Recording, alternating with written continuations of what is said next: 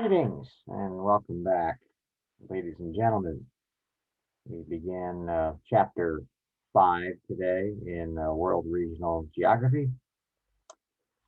Racism is a word that, to say the least, is trending today. Is it not?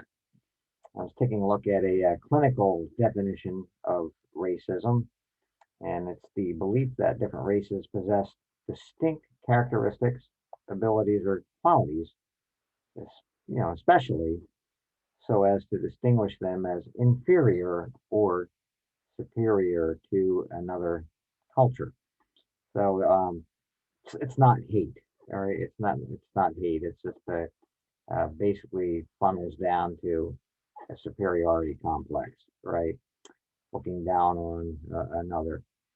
Um, on a much scalar, on a much smaller scale, the a kind of a fledgling trend in the new hashtag is about the Asian hate, about Asian hate. And I suppose this is in connection with the former administration's calling out of China on trade and the Wuhan biochemical, uh, so-called biochemical lab leak, leading to perhaps COVID-19. Now, I don't know if there's been any anti-Asian uptick as a result, or if the social justice community is anticipating problems and looking to get out in front of something. Then there are those who feel that there is just basic Chinese propaganda in order to cover up what may have developed in that biochemical lab. At any rate, and where I'm going with all this, in this chapter, we're going to learn that there may be a nation who could arguably be considered racist off of that clinical definition that I gave you. We'll look at that. We'll look at that. We'll dwell on that in some length. So now I'll let you guys decide. If you look at your lecture models and get the screen sharing up here. And here we go. Going to be taking a look at East Asia, as I had promised last time. And some of the heads up terms we're going to be taking a look at here. The Asian way. The Asian way is in this particular part of the world, there are a hierarchy of relationships that folks respect. Confucius. Confucius was concerned with human achievement. Confucianism, they're not they're concerned with the senses and not necessarily abstractions. Taoism, a contemporary thought and philosophy of Confucianism. Tao is concerned about balance, balance in the universe, balance in human relationships, and just the principle of the universe. Shinto, we'll visit that, the national religion of Japan. The Gaijin complex, Gaijin to, and there won't be a spoiler yet about which nation I'm talking about that could be clinically deemed racist. But Gaijin is a white foreigner, okay, a white foreigner. The open door policy uh, basically takes China out of becoming an economic backwater, or being an economic backwater after Mao Zedong's death. China opens trade with the rest of the globe. The Opium Wars, right? Opium Wars between Britain and China. We'll dwell on that a little bit. 19th century. fracas between those two nations. The Great Leap Forward and the Cultural Revolution. Were not good things, horrible things. The Great Leap Forward was Mao Zedong's emphasis on agriculture to the point, or industry, to the point where a lot of agriculture and bad weather combined um, killed a lot of people. Right, just mismanagement. Cultural Revolution involved Mao again. Mao, his wife, and a couple other family members led a crusade that just literally killed, um, you know, tens of thousands of people that they suspected to be subversives. So, and this was 1966 to 1976. So, from Great Leap Forward started in 1959. So, between the Great Leap Forward in 1959 and the Cultural Revolution in 1976, you had, to say the least, a generation of people dying at the hands of Mao Zedong and Premier Premier Zedong, Chairman Mao, various things they called him during that time period. The household responsibility system. After Mao dies, um, uh, his successor, Deng Xiaoping, and company, they believe they see that they need to start adopting some small free market structures to the economy. The household responsibility system is a small part of that to lift China to where they are today. More on that too. I guess there too. I don't want to mislabel that. It was the start of heading economically in the right direction. It gave families, agricultural families, choices. To be able to make decisions on what crops to grow and make some small profits on it. I'll dwell on Three Gorges Dam, the largest electric generating plant in the world. And the objectives, where do we want to go? We want to identify East Asian cultural foundations. We want to understand the region's transformation into the global economy and differentiate the effects of capitalism and communism. So take a look at this here. The Chinese Empire is first. The Asian Way. The Asian Way, and you have some white space there for your notes. The Asian Way is a hierarchy of relationships on how folks work and live. Uh, Ruler and subject. Give you some examples here. Ruler and subject. Boss, employee. Father and son. Older and younger. And this is a shared common culture among the region. This is a hierarchy of respect. Hierarchy of respect. Foundations of Chinese culture. Foundations of Chinese culture is Confucius. Confucius called for professional administrators to focus on conducting orderly conduct and proper behavior throughout society and in all social contexts. His principles led to government appointments through multi-based written exams. Taoism, Taoism that disdained Confucianism. It advocated local control based off the yin and the yang. The yin and the yang are opposites. The yin and the yang, the male and the female. Turn to page 200 in your textbooks, and the Chinese especially look for this balance even in their architecture. The yang, they have the yin and the yang there. The on page 200, the Pudong area across the Huangpu from central Shanghai. Some believe there that the TV tower, completed in 1998, is too much male, yang, and that the later buildings around it are more rounded and modest, female, the yin, to give balance. Okay, so As you can see, they look at that even in architecture. All about the balance.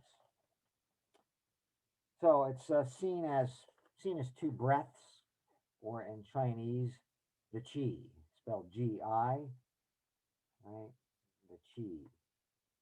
Everyone's purpose, according to Taoist uh, philosophy, is to expand the qi, right? Attain balance. Again, figure 511 and on, or yeah, 510 on page 200. Figure 510 on page 200. The yin and the yang. Japanese isolationism. Japanese isolationism. Shinto. Shinto is the national religion. It's based on animism. All things in nature have souls. All things in nature have souls, and based on animism, and also based on ancient myths and customs. It's a pantheistic religion. It's a pantheistic religion which involves emperor worship, and Japanese superiority. Japanese superiority. The Japanese culture equates a creator god as an emperor, right? As the great emperor in the sky. Now, they had a little bit of a nervous breakdown culturally once World War II ended, because not only did the Japanese not win that, not gain the favor of the emperor god, but they lost it to a white foreigner, right? Lost it to a white foreigner, which leads to God and creation are the same in nature. Uh, Revering what exists is akin to worshiping God. This Japanese superiority in relation to that God can be seen in the Gaijin complex. In the Gaijin complex, which I um, tipped everyone off when I went over the heads up terms, right? The Gaijin complex. The Gaijin complex is a xenophobia and arrogance, if you will, of Japanese culture over all other cultures. Foreigners are therefore not respected. Right? They are gaijin, and it's like this: if you go as a foreigner to Japan, you most likely will see, primarily from children who are not as diplomatic as we adults, right? You the children will kind of unveil, take the cape off of this veneer, and like laugh at foreigners, especially white foreigners. Like, Guy Gene, and parents will be embarrassed and say, mind yourself. And and if you go over to Japan, just about every culture I could think of, if you go visit particular cultures, those cultures are honored if you try to adopt their cultures and fit in with them while you're visiting, while you're living there. In Japan, if you attempt to do that as a gaijin, um, you will incur generally a polite response, but you're not going to be respected because you're not Japanese. Okay, it's kind of the way it, as they say out in the street, the way that goes down. All right, so if you wanted to, I might get in trouble for saying this, but the way we use racism today is highly erroneous.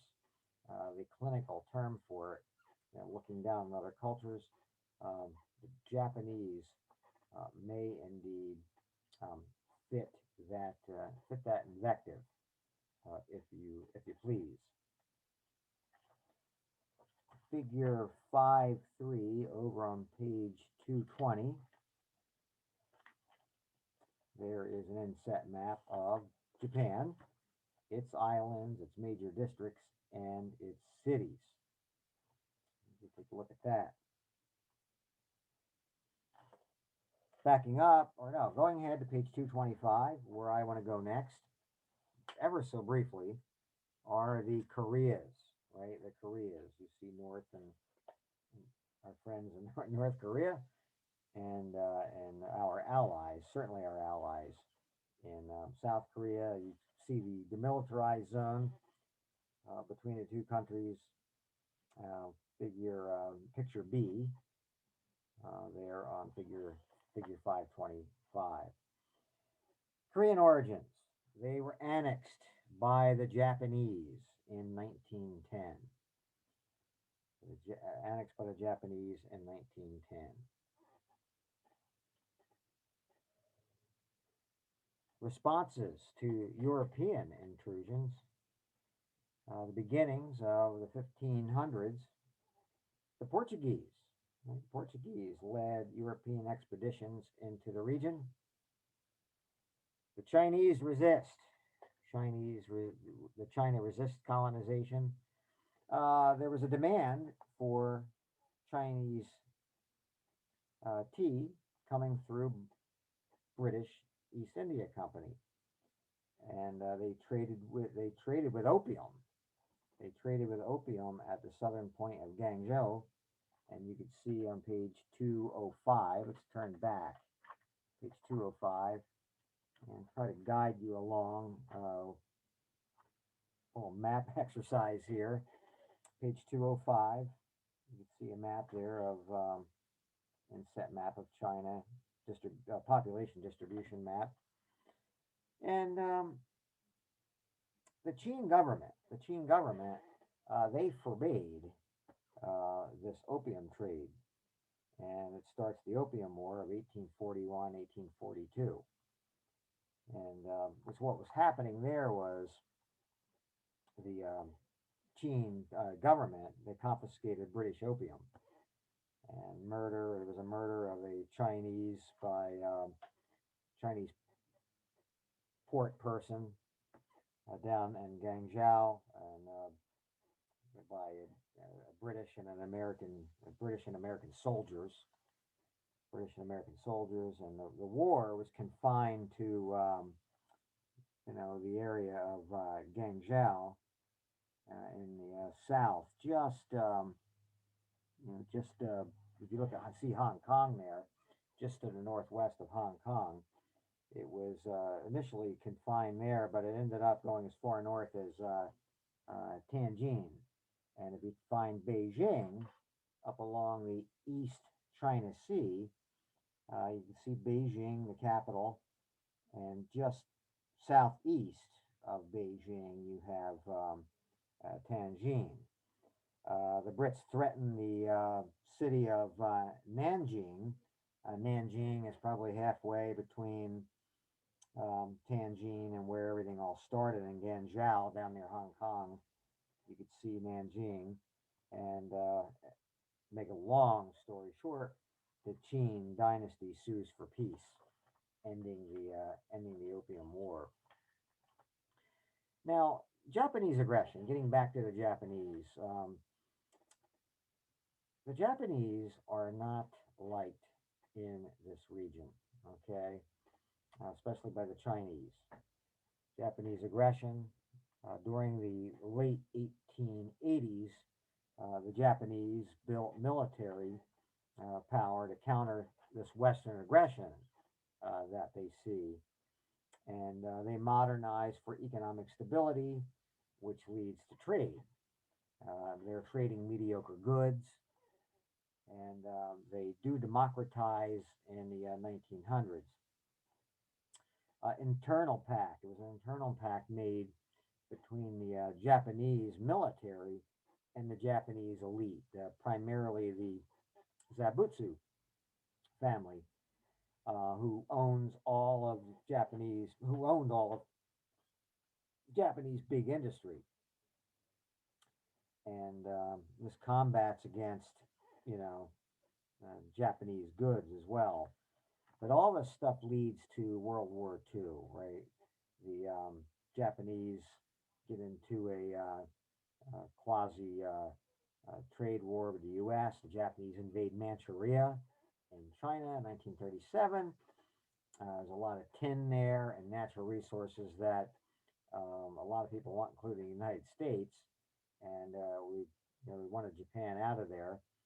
And the Americans socked an oil embargo on the Japanese, which leads to the bombing of Pearl Harbor. Yes,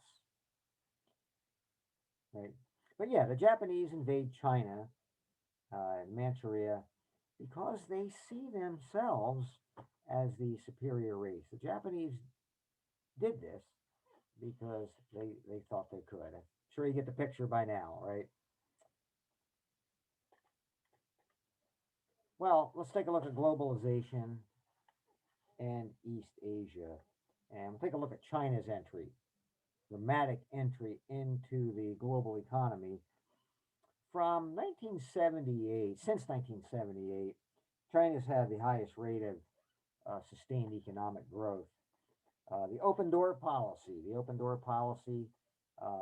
up trade with the rest of the globe, and 600 million people come out of poverty, opening up trade to the outside world. And this happens late 1970s. Mao Zedong dies in 1976. More on him a little bit very shortly. I've been dancing all around him. I'm going to get a little more in depth with him. 600 million people come out of poverty. Foreign investment. Foreign investment. No one invests more than China does. And China is third in the world behind US and Singapore in investments into the country, and that's going to change as well. One of your readings, well, you're only reading more on that later too. One of your readings is about China's growing influence in the Western world, and China has the biggest market in the world. And a lot of Americans complain about our government officials, the military, so many of our governmental entities that have a lot of holdings and finances tied up in the Chinese market, and therefore are not stepping out and denouncing the repression on Hong Kong dissidents and so forth, persecution of Christians or whatever. Most of the investment, though, in China is coming from Hong Kong. Coming from Hong Kong, it's coming from Taiwan and Japan. Again, keep that in your the back burners, back pockets of your minds, right? Hong Kong and Taiwan. Chinese people, the Chinese citizenry generally have a positive view on American companies such as McDonald's, Starbucks, KFC. Um, Back in June of 1989, after the Tiananmen Square incident, a lot of Chinese were upset at the U.S. putting a lot of international pressure on the Chinese once you know the Chinese rolled tanks over some of the students who were again uh, protesting, demanding more democratic freedoms in China. And you have a small film clip on this, which I'm going to go into more detail than I am here on Tiananmen Square. But a lot of folks were mad at the U.S. government, and our embassy was taking a beating. Then there was another incident where during the Iraq War, we ended up accidentally dropping a bomb on the Chinese embassy in Iraq. Again, people were outraged at us. But the one thing that was left alone, uh, you know, during this time period, this these spates of anger toward the U.S. and some of our institutions in China were our companies. Starbucks, McDonald's, KFC. I just mentioned those three there, and others were left alone. Right? People enjoyed those companies and their products, but overall, the American population is liked in China. Japan. Let's take a look at Japan compared to the U.S. Japan's GNI, gross national income, in 1960 was 1/8 of the U.S.'s. By 1990, it was 53% of the U.S.'s. It has since slowed. It has since slowed with increased government regulation. The economic development there, and again, page 220 is inset map there of Japan and its islands. Economic development, the primary sector. Primary sector. This is where you're taking um, gleaning natural resources right from the earth, right? Farming, fishing, mining, lumbering. Um, at one time, I mean, that was 1%. That was 1% of the economy until World War II. Then it became it was 33% after that. The manufacturing sector after World War II was 21% of the economy. And then as we get into the 1980s, the service sector, right? The service sector begins to boom. 68%, I think it is today, 68% of the nation's economy. In Japan, agriculture depends on large government subsidies. Migration from farm to city has made for better jobs. Education has given the Japanese farmer new challenges. Manufacturers, reconstruction, the Japanese economy recovery in the 1950s was due to three areas. The American aid. Again, 1950, we had just blown up a couple cities, right, in Japan, and you know, pretty much left a large area there in desolation, right? So American aid, right? We start building it back up. We have contracts with the Japanese government during the Korean War, right? Military contracts, so the Japanese with the American military station there, all of a sudden, there's no need for a military. You could save a lot of money by not having to pay for a military. American bases and airports are there. Ministry of International Trade and Industry, MITI, encouraged export sales by advising and assisting industry through worldwide network of market intelligence and gathering offices. Timely innovations emerged, such as building large oil tankers for a cheap way of transporting oil through global choke points, such as the Suez Canal and the Strait of Hormuz, Northwest Passage, Panama Canal, right? Manufacturers, global investments. Japan has made major changes to industry in the 80s, 1980s, more investment overseas, establishing Japanese firms overseas, especially the Japanese automobile industry. But there were also major booms in domestic retailing during this time period. Figure 5.3, page 193. Those charts that I like so much gives you a chart there of Japan and China, how many people own computers, and right, you guys know by now what's on those charts. China or Japan has population problems, though. If you some of you know this, let me show you something here. If you visit Japan and you want to get a hotel room, because of space, this is what you would sleep in. You're not going to walk into, yeah, if you can picture your average Holiday Inn, Ramada suites, right? You're not going to get that. You'll have enough space for a place to sleep, and along the sides, these are called beehives, um, places to put your luggage, and there's like a community bathroom for each floor, right? So, but because of space in Tokyo, especially, you, if you're claustrophobic, you might have a problem, right? Stopping in Tokyo for the night, right? Trying to find a hotel room.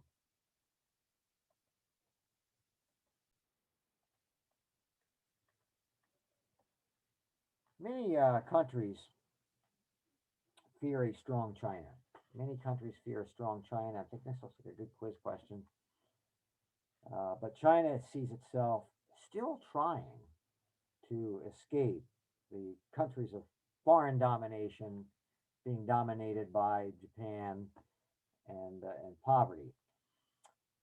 And now we start to slide into the communist past, right?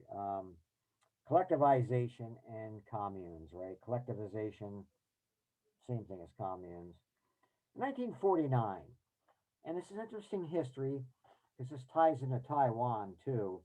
In 1949, China began to model its changes on the Soviet Union.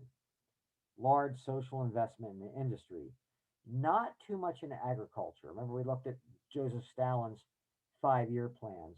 Well, they worked for a time being really well. And Mao, when he led the 1949 Communist Revolution, kicking Chiang Kai shek, uh, well, yeah, Chiang Kai shek fled over to Taiwan, and hence that island was protected by the United States and formed its own new government under the auspices of Taiwan, which Chinese do not recognize. Okay, most of the investment, though, most of Chinese investment went into manufacturing. You had government established communes where they would combine agriculture, industry, trade, education, and local militia. General needs were guaranteed under the communist system. And you basically started to have economically what was going on in the Soviet Union. The Great Leap Forward, 1959 to 1961, and the Cultural Revolution, just travesties by accident and travesties by purpose. Great Leap Forward, there was an emphasis on industry under Mao, which brought neglect to farming, coupled with droughts, which brought the death total to 30 million. Yes, 30 million people. Government mismanagement. Cultural Revolution, 1966 to 1976, under Mao and his wife and two family members saw the purges of the educated classes, potential capitalists, and former political leaders at the tune of, millions. China, after Mao dies in 1976, China joins the wider world ever so slowly. The household responsibility system. Families decide what crops to grow in the 1980s.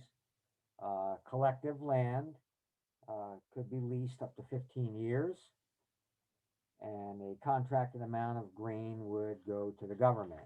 Some of that could be kept, and some of it sold, right? Providing incentive to produce even greater amounts of grain. Economic development, farming, and rural living in the 2000s.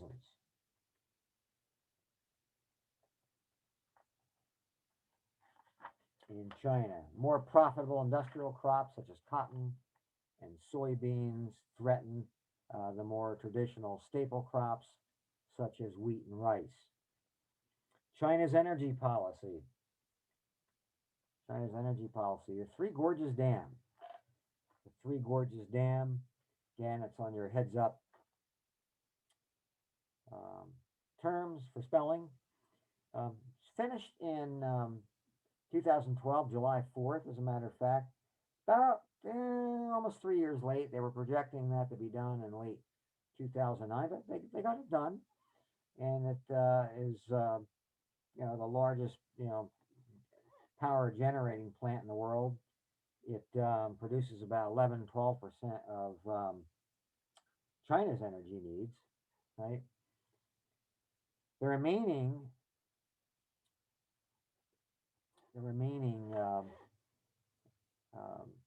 98 or 88% of that, spread out, across the big country, right? The power reserves or power plants. Coal reserves, right? Coal reserves remain China's chief source of energy, though, in the northern half of the country. Growth in Chinese manufacturing. Growth in Chinese manufacturing. State owned, we saw this in Europe, especially with England under Margaret Thatcher. State owned enterprises have either merged or have been given to workers.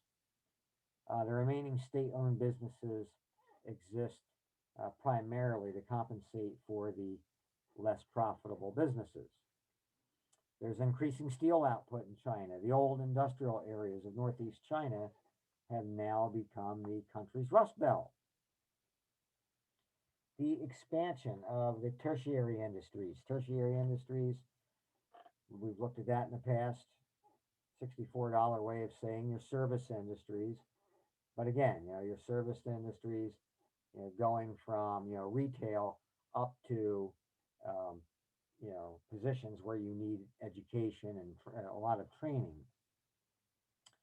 Shanghai, Shanghai's new Pudong area, we looked at that earlier with the architecture, right? The yang and the yin, that was that particular area.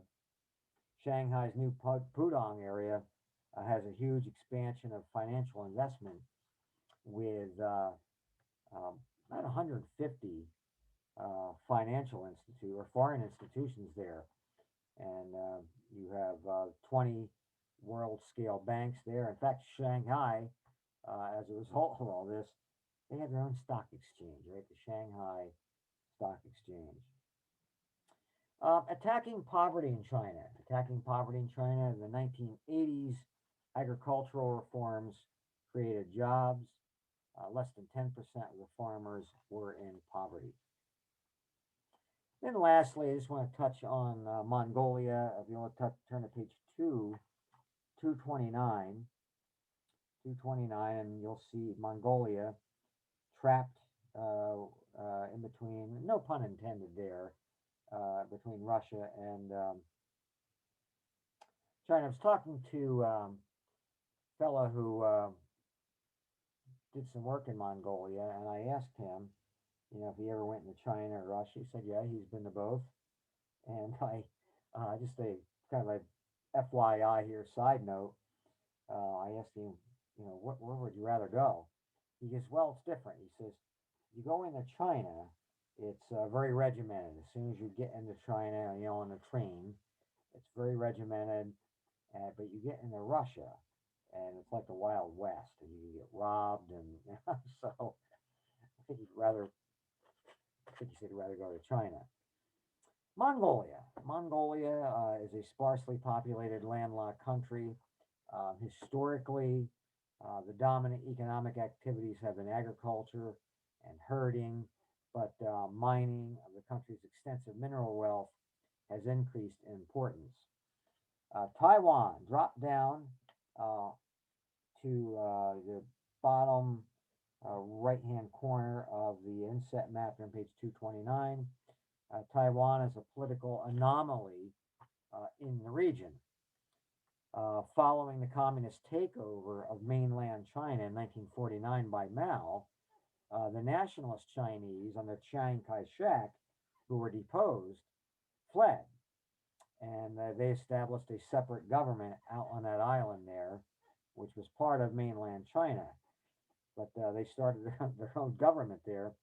Although that government in Taiwan has ruled since 1949, the People's Republic of China maintains that the island is still a part of the mainland country. And so it's not recognized by Beijing, and it's not recognized by the United Nations, although the U.S. is there as a protectorate with a lot of destroyers and military personnel. But regardless of its political status, Taiwan is a progressive capitalist economy based now on high technological activities. And one of the fears with that is, it gets back to we were talking about earlier.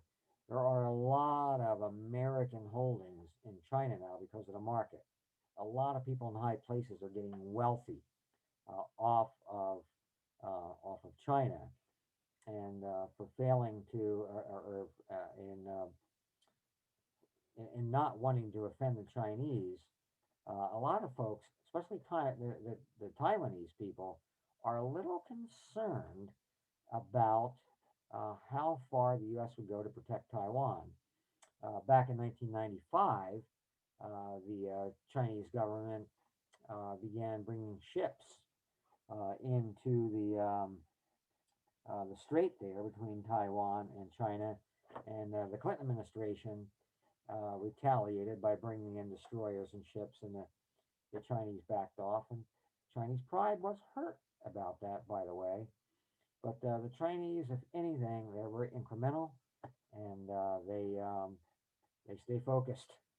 So but you get the picture. Some the Taiwanese, believe me, they talk about this at their dinner tables amongst themselves a lot and often about that. They have their eye on Beijing, and they wonder if all the money, right, that's tied up, American money tied up in the Chinese markets will have detrimental effects in that any protection. So there you have it, Chapter 6, Southeast Asia, and today we looked at the Asian way and the graphic organizer, the foundations of China's some of their philosophies, Taoism, Confucianism, and you know we looked at China and their relationship. Just talked about their relationship with Taiwan. The Great Leap Forward, Cultural Revolution, the awful atrocities, but coming out of 1976 after Mao dies, getting into the wider world, and now today the fastest growing economy since 1978. We talked about Japanese isolationism and the Gaijin complex today, their religion, Shintoism, European intrusions in their region, forcing Japanese military buildups, Japanese issues, which leads to, eventually leads to, with Europeans, bleeds over into American interaction, blowing up Pearl Harbor. Korea, Japan annexed Korea. Didn't spend a lot of time on Korea today. Japanese aggression, right? This all kind of centers around the Gaijin complex. And then globalism, China, open door policy, the, opening up their economy to the world. And Japan, a lot of growth from the 50s to the 80s because of American aid after we blew up the country, practically. Military contracts, because we have air bases there and airports and um, uh, military bases. And no need really to invest in the military. So that helped Japan's economy a lot. They've since slowed since the 1990s. Prime ministers there, um, for whatever reason, believe in a lot more government spending, higher taxes, and has in essence slowed their economy up. Okay, let's take a look at what's up ahead. And yes, there we go. Got your graphic organizer. The reading. Now, you're going to have two options for discussion questions this week. And as usual, you're going to need to do the discussion question well, You are going to also need, as well as the lecture model notes, the article, China's Growing Influence in the Western World. Several pages there. You will find it interesting. That market that China has, a lot of people getting rich and wealthy, right? And that money is serving as perhaps as a drug. A lot of Americans are worried about our current government, right? And some people there that have a lot of stuff tied up in China. And then videos for discussion question two. You have one there. I have it split up into certain sections. It's about the one child policy. It's about the one child policy. In order to get the economy going, um, the Chinese had to do something about um, their um, the population, right? The population. So up until 2005, it was a one-child policy, and then they made it. It was 2005, somewhere there about a two-child policy.